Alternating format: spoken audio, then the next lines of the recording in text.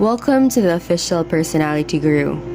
This phase is characterized by the emergence and differentiation of ENFJ's dominant function, extroverted feeling or FE. In developing and strengthening their FE, Phase 1 ENFJs can seem inflexible and opinionated, quick to make judgments and draw conclusions about the world. Since their judgments are not yet being weighed and balanced by their auxiliary NI, they are prone to jump to conclusions. Since FE is a rational judging function, ENFJs tend to take themselves and their lives quite seriously, even from a relatively young age. ENFJs find themselves as self-disciplined and goal-oriented, striving for excellence in whatever they do. They can differ markedly from INFJs in this phase, whose dominant function, or NI, is a perceiving function. NI prompts INFJs to be more open and take life less seriously than Phase 1 ENFJs won't do. While both types utilize FE, INFJs are more concerned with ingesting and digesting the world, NI, while ENFJs are already working to change or control it, or FE. Today, let's talk about ENFJ sheltered and what being sheltered does to the ENFJ personality. Before we start, make sure to subscribe to the Official Personality Guru and ring the bell icon to get regular updates on our latest uploads. And if you like this video, click the thumbs up button and share it with your friends. While knowing someone's personality type can help to understand them better, other things can affect someone's behavior. Some people are going to behave differently depending on how well they have developed certain functions in their stack.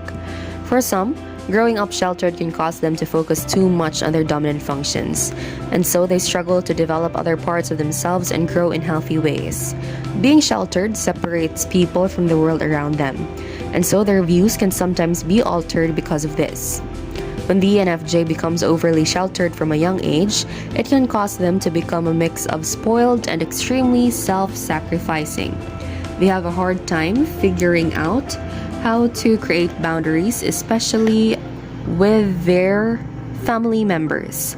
ENFJs are naturally given to people who care about making sure their loved ones are happy. When they have been sheltered, they struggle to learn certain boundaries and ways of proper self-care because they are so focused on everyone else. This is something most ENFJs struggle with throughout their life, but they start to learn as they mature and uncover what is important to them. When they have been sheltered, these habits can be harder for them to break until they figure out how to grow and overcome these inner struggles. Once their dominant FE reaches a certain threshold of strength and dominance, ENFJ's inferior function, or introverted thinking TI, enters the picture and begins to play a more influential role. This can be confusing because TI is not next in line in their functional stack. Its undue influence derives from its bipolar relationship with the ENFJ's dominant FE.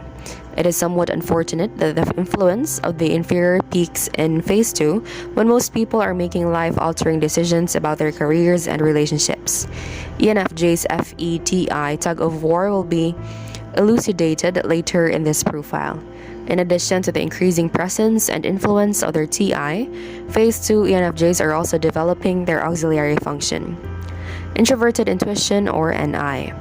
As they encounter complex problems and situations that call for greater patience and reflection, they turn to their NI for assistance. In doing so, they become increasingly capable of grasping and incorporating the bigger picture NI into their FE judging process. NI's insight may also compel them to resign or revise some of their previous premature judgments. Phase 2 ENFJs may also begin to differentiate and incorporate their tertiary function. Extroverted sensing, or SE, for ENFJs, SE represents a further relaxing and opening of their judgments. It helps them loosen their grip on life, tempering their need for constant outer control, or FE. As their NI and SE develop, ENFJs take on more perceiving qualities, displaying more openness, flexibility, and acceptance. If all goes well and they are fortunate enough to enter Phase 3, ENFJs become increasingly aware of the insidious manifestations of their inferior TI. By increasing their inferior awareness and learning to function more authentically as ENFJs, they experience a greater balance between their FE and TI. They learn that integrating their TI happens naturally and indirectly as they go about authentically using their FE and softening their judgments and their need for control through their NI and SE. As they cultivate conditions that support their natural strengths, Phase 3 ENFJs come to experience a heightened and enduring sense of peace, wholeness, and satisfaction. The sheltered ENFJ. The ENFJ who has been sheltered is likely caught up in their desire to please everyone. They take the responsibility onto their shoulders of ensuring that everyone close to them is truly happy. They push themselves past their breaking point sometimes, just wanting to do whatever they can to tend to the needs of their loved ones. The sheltered ENFJ is often very attached to family, but this can cause them to avoid making their own choices. They don't just consider how their actions will affect others. They ultimately base all of their choices on the needs of their family. This makes it hard for the ENFJ to ever truly figure themselves out since they are so eager to please everyone else. Instead of taking time to dive into their feelings and desires, the ENFJ is always hyper aware of what everyone else wants. Taking any time for themselves makes the ENFJ feel guilty and like they're doing something wrong. This is because they have not allowed their weaker functions to develop. Instead, they're so focused on their dominant extroverted feelings which focus on the emotions of others. This can certainly become draining on the ENFJ after a while, even if they try to ignore those feelings. Everyone needs time for themselves. But the ENFJ who has been sheltered has not learned those boundaries. They might feel like people depend on them too much to be perfect, and so they don't want to make any mistakes. This can also cause the ENFJ to avoid taking risks, and doing anything for themselves might feel like too much of a risk. They likely don't know how to step outside of their comfort zone to explore something which might be exciting for them. They want to remain on a path that they know won't hurt anyone close to them.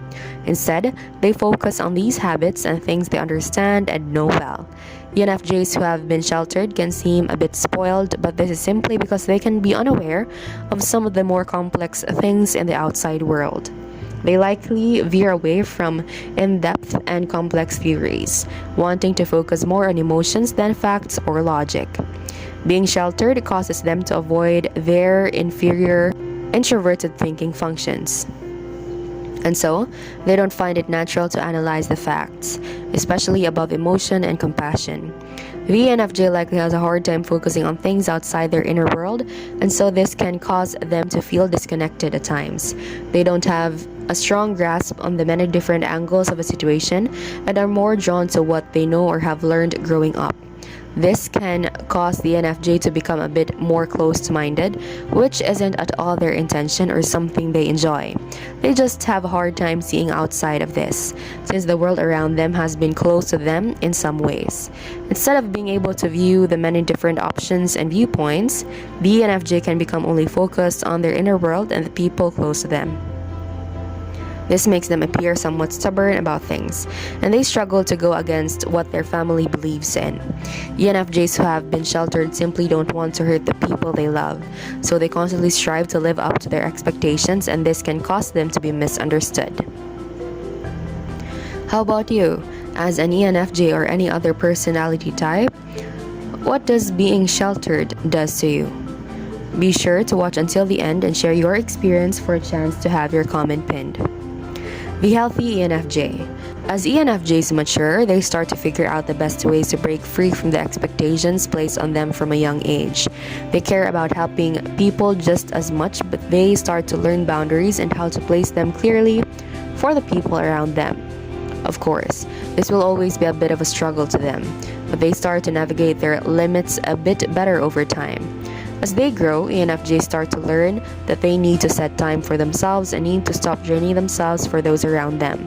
They will always be giving and compassionate people, as caring for the emotions of others is part of who they are. The mature ENFJ simply starts to learn that they need to place boundaries for their mental health and the health of their relationships in the long term. They're more willing to dive into themselves and figure out what they truly want out of life and who they are inside. They're also much more open to the different viewpoints of people outside of their inner circles and inner minds. Before we continue, if you enjoyed the video, make sure to give us a like and share it with your friends. Subscribe to the Official Personality Guru for more amazing videos. Don't forget to ring the bell icon to stay updated with our content. Destructive ENFJs are dramatic, overbearing, and manipulative. They like to influence and push people to conform to their opinions and vision. Their way is always the best, and anyone who disregards their friendly advice is treated with passive-aggressive bullying. The evil ENFJ respects rank and authority, and treats those in authority with respect and eager attentiveness while looking down on people they believe are less sophisticated than themselves. They share other people's secrets without remorse and kiss up anyone who can help them to advance their vision or idea for the future. They can seem incredibly kind and exuberant in person and then ridicule and mock you to others when you aren't around. Healthy ENFJs are intensely compassionate, empathetic, and hardworking. They believe in devoting their lives to the advancement of their fellow men, and they strive to encourage and uplift anyone in their path. They're warm, generous, and understanding. They know how to inspire people to live up to their fullest potential and are careful not to be pushy or controlling with the people in their lives.